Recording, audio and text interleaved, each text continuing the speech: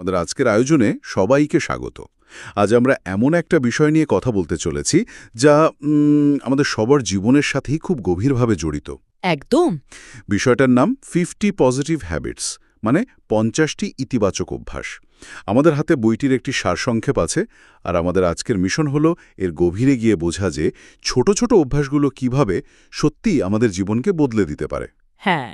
আমরা প্রায়ই ভাবি সাফল্য মানে রাতারাতি পাওয়া কোনো বড় অর্জন, কিন্তু আসলেই কি তাই? নাকি এর পিছনে লুকিয়ে আছে প্রতিদিনের ছোট ছোট চেষ্টার একটা লম্বা গল্প? চলুন আর সেই রহস্যটাই খোঁজার চেষ্টা করি। আর এই বইটার সবচেয়ে আকর্ষণীয় দিক হল এর কাঠামোটা। এটা কিন্তু শুধু 50টা অভ্যাসের একটা তালিকা নয়। আচ্ছা। এটা জীবনকে কয়েকটা ভাগে ভাগ করে দেখিয়েছে। আমাদের মানসিকতা, আমাদের কাজ বা প্রোডাক্টিভিটি, স্বাস্থ্য, সম্পর্ক, মানে একটা সামগ্রিক চিত্র তুলে ধরেছে। তার মানে এটা একটা পরিষ্কার রোডম্যাপের মতো। একদম। একটা পরিষ্কার রোড ম্যাপ যা আমাদের দেখায় জীবনকে কিভাবে ধাপে ধাপে উন্নত করা যায়। আমরা এই ভাগগুলো ধরেই এগোব। দারুণ। তাহলে চলুন একদম শুরু থেকেই শুরু করি, ভিত্তি থেকে। মানসিকতা বা মাইন্ডসেট। বইয়ের প্রথম পরামর্শটাই হলো দিনটা শুরু করতে হবে কৃতজ্ঞতা আর পজিটিভ চিন্তা দিয়ে। এখন সত্যি বলতে কি, এই কথাটা তো আমরা প্রায় সবাই শুনেছি, শুনতে শুনতে কান পচে গেছে আর কি। আমার প্রশ্ন হলো, এই পজিটিভ চিন্তার ব্যাপারটা কি আসলেই কাজ করে, নাকি এটা জীবনের আসল সমস্যাগুলোকে এড়িয়ে যাওয়ার একটা উপায় মাত্র? এটা একটা খুবই খুবই গুরুত্বপূর্ণ প্রশ্ন, কারণ অনেকেই ভুলটা এখানেই করে। বইটা কিন্তু বলছে না যে সমস্যা নেই এমন ভান করতে হবে, ওহো। বরং বলছে সমস্যার দিকে তাকানোর দৃষ্টিকোণটা বদলাতে হবে। কেন আমার সাথেই এমন হলো, এই ভাবনাটা আমাদের শিকার বানিয়ে রাখে। ঠিক। আর এই পরিস্থিতি থেকে বেরোনোর জন্য আমি কি করতে পারি, এই ভাবনাটা আমাদের চালকের আসনে বসায়। নেতিবাচক চিন্তা নিয়ন্ত্রণ করার মানে হল আবেগের স্রোতে ভেসে না গিয়ে ঠান্ডা মাথায় সমাধানের পথ খোঁজা। আচ্ছা, মানে ফোকাসটা সমস্যা থেকে সরিয়ে সমাধানের দিকে আনা। একদম। আর এই ক্ষমতাটা জন্ম থেকে আসে না, এটা নিয়মিত চর্চার মাধ্যমে তৈরি করতে হয়।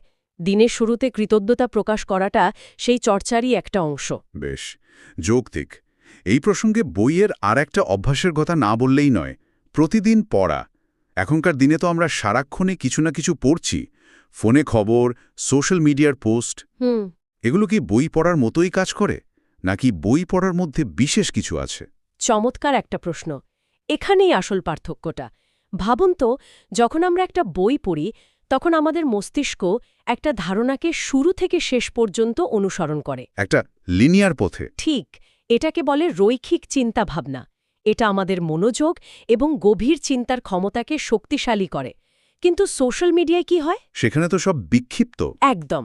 1 সেকেন্ডে একটা মজার ভিডিও, পরের সেকেন্ডে একটা দুঃখের খবর।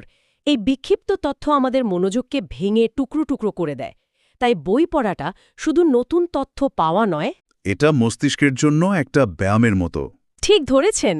আজকের এই বিক্ষিপ্ততার যুগে মনোযোগ ধরে রাখার জন্য এটা মস্তিষ্কের সবচেয়ে ভালো ব্যায়ামগুলোর একটা। আর যার ফোকাস ভালো, তার আত্মবিশ্বাসও বাড়তে বাধ্য। তার মানে আমি যে সারাদিন ফোনে আর্টিকেল পড়ি, সেটা আসলে আমার মনোযোগের ক্ষমতাকে আরও কমিয়ে দিচ্ছে। এটা তো একটা আহা মোমেন্টের মতো। হা, হতে পারে।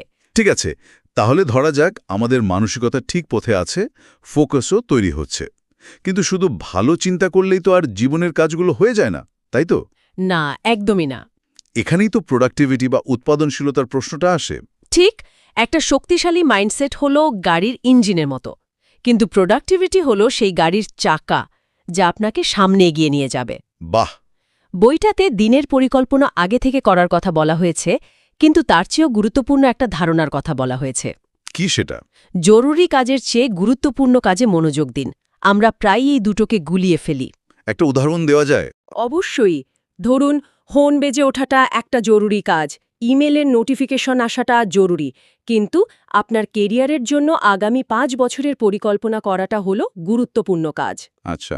সমস্যা হলো, জরুরি কাজগুলো আমাদের মনোযোগের জন্য চিৎকার করে, আর গুরুত্বপূর্ণ কাজগুলো চুপচাপ এক কোণায় বসে থাকে। সফল মানুষেরা এই চিৎকারে কান না দিয়ে ওই চুপচাপ কাজটাকেই বেছে নেয়। এই ব্যাপারটা আমি নিজের জীবনে খুব অনুভব করি। দিন শেষে মনে হয় সারাদিন এত ব্যস্ত ছিলাম, কিন্তু আসল কাজটাই এগোয়নি। হুম। আর এই আসল কাজটা করতে গেলেই যে সমস্যাটা সামনে আসে তা হলো দীর্ঘসূত্রিতা, প্রোক্রাস্টিনেশন। বইয়ে তো বলা হয়েছে কাজকে ছোট ছোট ভাগে ভাগ করে নিতে। হ্যাঁ। কিন্তু যে কাজগুলো ভয়ঙ্কর নয় কিন্তু প্রচণ্ড বোরিং বা বিরক্তিকর, সেগুলোর ক্ষেত্রে কি হবে? সেই দীর্ঘসূত্রিতা কাটানোর কোনো উপায় কি আছে? খুব বাস্তব একটা প্রশ্ন। সব দীর্ঘসূত্রিতার কারণ ভয় নয়, অনেক সময় কারণটা হলো স্রেফ অনীহা। এর জন্য একটা মানসিক কৌশলের কথা ভাবা যেতে পারে। কি রকম? একে বলা হয় শুরু করার বাধা কমানো। যেমন আপনার যদি রিপোর্ট লিখতে বিরক্ত লাগে, নিজেকে বলুন আমি শুধু রিপোর্টের টাইটেলটা লিখব আর প্রথম লাইনটা লিখব, তারপর উঠে যাব। ও আচ্ছা। বেশিরভাগ সময় দেখা যায় একবার শুরু করে দিলে কাজটা চালিয়ে যাওয়ার গতিটা চলে আসে। কাজটা ছোট ভাগে ভাগ করা শুধু ভয় কমানোর জন্য নয়, এটা ওই শুরু করার জড়তা কাটানোরও একটা অসাধারণ কৌশল। বাহ, দারুণ কৌশল। মানে ইচ্ছা শক্তির ওপর নির্ভর না করে একটা সিস্টেম তৈরি করা। একদম। এই যে আমরা এত প্রোডাক্টিভিটি, পরিকল্পনা, কাজ এসব নিয়ে কথা বলছি, সত্যি বলতে কি এগুলো শুনতেই ক্লান্তি লাগছে। তা তো একটু লাগতেই পারে। এত কিছু করার জন্য তো শরীরে আর মনে শক্তি থাকা চাই। যদি শরীরই না চলে তাহলে তো কোনো পরিকল্পনাই কাজে আসবে না। বইটা নিশ্চয়ই স্বাস্থ্য নিয়েও কিছু বলেছে। অবশ্যই, এবং এটাকেই বইটা প্রোডাক্টিভিটির জ্বালানি হিসেবে দেখছে। কিছু অভ্যাস আমাদের সবারই জানা: নিয়মিত ব্যায়াম, স্বাস্থ্যকর খাবার, পর্যাপ্ত ঘুম। এগুলো তো বেসিক। ঠিক, কিন্তু বইটা এগুলোর মধ্যেকার সংযোগটা তুলে ধরেছে, যা খুব ইন্টারেস্টিং। যেমন আপনি যদি রাতে ঠিকমতো না ঘুমান, পরদিন আপনার মস্তিষ্কের সিদ্ধান্ত নেবার ক্ষমতা কমে যায়। তাই? হ্যাঁ, তখন আপনি স্বাস্থ্যকর খাবারের বদলে ফাস্টফুড বেছে নেওয়ার সম্ভাবনা বেশি। আবার অস্বাস্থ্যকর খাবার আপনার শরীরে অলসতা তৈরি করে, যা আপনাকে ব্যায়াম করা থেকে বিরত রাখে। এটা একটা চক্র। একটা খারাপ অভ্যাস আরেকটাকে ডেকে আনে। ঠিক। আর এর সাথে যুক্ত হয়েছে আধুনিক যুগের সবচেয়ে বড় চ্যালেঞ্জ, স্ক্রিন টাইম। অতিরিক্ত স্ক্রিন টাইম, বিশেষ করে ঘুমানোর আগে, আমাদের ঘুমের গভীরতাকে নষ্ট করে দেয়। ওহ, এটা তো খুব সত্যি। ৮ ঘন্টা ঘুমিয়েও ক্লান্তি কাটে না। একদম। শরীর আর মনকে যদি একটা ব্যাটারির সাথে তুলনা করেন, তাহলে এই অভ্যাসগুলো হলো সেই ব্যাটারিকে প্রতিদিন ফুল চার্জ দেবার উপায়। এই চক্রের কথাটা আমার খুব মনে ধরেছে। একটা ভালো অভ্যাসও অন্যগুলোকে টেনে নিয়ে আসে, তাই তো? অবশ্যই। ঠিক আছে, তাহলে আমাদের মানসিকতা ঠিক হলো, কাজ এগোচ্ছে, শরীরও শক্তি যোগাচ্ছে। এরপর মানুষ তো একা একা বাঁচে না। আমাদের সম্পর্কগুলো, সেগুলোও তো আমাদের জীবনের একটা বড় অংশ। একদম। এবং বইটা বলছে জীবনের এই পর্যায়ে এসে আমাদের ফোকাসটা ভেতর থেকে বাইরের দিকে যাওয়া উচিত। সম্পর্ক নিয়ে বইয়ের সবচেয়ে শক্তিশালী পরামর্শগুলোর একটা হলো কম কথা বলুন, বেশি শুনুন। ও, এটা তো আজকের এই পৃথিবীতে একটু সেকেলে বা অকার্যকর মনে হতে পারে, তাই না? সবাই তো নিজের কথা শোনাতে ব্যস্ত। ঠিক এইটাই আমারও মনে হয়েছিল প্রথমে। মনে হয় যেন যে চুপ করে থাকে সে পিছিয়ে পড়ে। হ্যাঁ, ঠিক তাই। কিন্তু আসলে হয় তার উল্টোটা। যখন আপনি মনোযোগ দিয়ে কারো কথা শোনেন, তখন আপনি শুধু তথ্য পান না, আপনি অপর মানুষটার আস্থা অর্জন করেন। হুম। আপনি তাকে এই বার্তাটা দেন যে তোমার ভাবনা, তোমার অনুভূতি আমার কাছে গুরুত্বপূর্ণ। আর এই বিশ্বাস আর সম্মানই যে কোনো গভীর সম্পর্কের ভিত্তি। তার মানে কথা কম বলে আমি আসলে নিজের প্রভাব আরও বাড়াচ্ছি, কমাচ্ছি না। একদম। এর সাথে যদি দয়ালু হওয়া, সত্যতা, প্রতিশ্রুতি রক্ষার মতো অভ্যাসগুলো যোগ হয়, তখন আপনার চারপাশে একটা শক্তিশালী সাপোর্টিভ নেটওয়ার্ক তৈরি হতে শুরু করে। বেশ গভীর একটা ভাবনা। এই প্রসঙ্গে বইয়ের আরেকটা পরামর্শ আমাকে একটু ভাবিয়েছে। প্রতিদান আশা না করে অন্যদের সাহায্য করুন। হ্যাঁ। এটা শুনতে খুব মহৎ লাগছে, কিন্তু আজকের এই ব্যস্ত পৃথিবীতে এটা কি একটু বেশি আদর্শবাদী বা অবাস্তব শোনায় না? এটা কি আমাদের দুর্বলতার সুযোগ নেওয়ার রাস্তা খুলে দেয় না? এই সংশয়টা খুবই স্বাভাবিক, কিন্তু বইটা এটাকে একটা দীর্ঘমেয়াদী বিনিয়োগ হিসেবে দেখতে বলছে। যখন আমাদের সব সম্পর্কই লেনদেনের উপর ভিত্তি করে হয়, আমি তোমার জন্য এটা করলাম, তুমি আমার জন্য কি করবে, এরকম। ঠিক তাই, তখন সম্পর্কগুলো খুব ঠুনকো হয়ে যায়। কিন্তু যখন আমরা কোনো প্রত্যাশা ছাড়াই কাউকে সাহায্য করি, তখন আমরা একটা খাঁটি মানবিক সংযোগ তৈরি করি। এটা আমাদের চরিত্রকে এমন একটা স্তরে নিয়ে যায় যেখানে আমরা শুধু নেওয়ার কথা না ভেবে দেওয়ার আনন্দটা অনুভব করতে শিখি। আর এর দীর্ঘমেয়াদী লাভ? দীর্ঘমেয়াদে এই নিঃস্বার্থ কাজগুলোই আমাদের জন্য এমন কিছু মানুষের দরজা খুলে দেয় যারা বিপদের দিনে কোনো হিসাব ছাড়াই আমাদের পাশে এসে দাঁড়ায়। এটা কোনো দুর্বলতা নয়, এটা হলো সামাজিক পুঁজি বা সোশ্যাল ক্যাপিটাল তৈরি করার সবচেয়ে শক্তিশালী উপায়। সামাজিক পুঁজি, দারুণ একটা শব্দবন্ধ। তার মানে আমরা এতক্ষণ যা যা আলোচনা করলাম, মানসিকতা, কাজ, স্বাস্থ্য, সম্পর্ক, এই সবকিছু মিলিয়েই তো একজন সফল মানুষের ছবি ফুটে ওঠে, তাই না? হ্যাঁ, এটাই সবকিছুর চূড়ান্ত পরিণতি। এটাই কি আলোচনার শেষ ধাপ, সাফল্য এবং ব্যক্তিগত বিকাশ? ঠিক। বইয়ের এই অংশে দুটো ধারণাকে একসাথে আনা হয়েছে। প্রথমটা হলো আপনার জীবনের সম্পূর্ণ দায়িত্ব নিন, আর দ্বিতীয়টা হলো প্রতিদিন নতুন কিছু শিখুন। এই দুটোর মধ্যে সংযোগটা কি? একটা অসাধারণ সংযোগ আছে। জীবনের দায়িত্ব নেওয়ার অর্থ হল নিজের ব্যর্থতার জন্য পরিস্থিতি বা অন্য কাউকে দোষ না দেওয়া। এটা মেনে নেওয়া যে ভালো বা খারাপ যাই হোক, জীবনের স্টিয়ারিং আপনার হাতেই। এটা একটা মানসিক অবস্থান।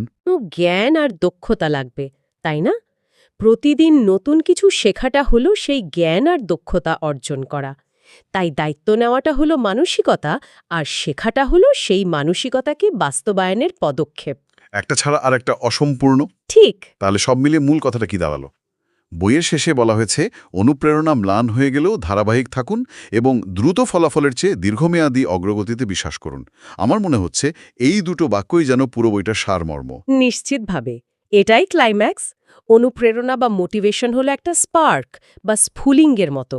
এটা আগুন জ্বালাতে সাহায্য করে। কিন্তু আগুনটাকে জ্বালিয়ে রাখে না। আগুনটাকে জ্বালিয়ে রাখে ধারাবাহিকতা বা অভ্যাসের কাঠ। এমন অনেক দিন আসবে যখন কাজ করতে ভালো লাগবে না, কোনো অনুপ্রেরণা থাকবে না।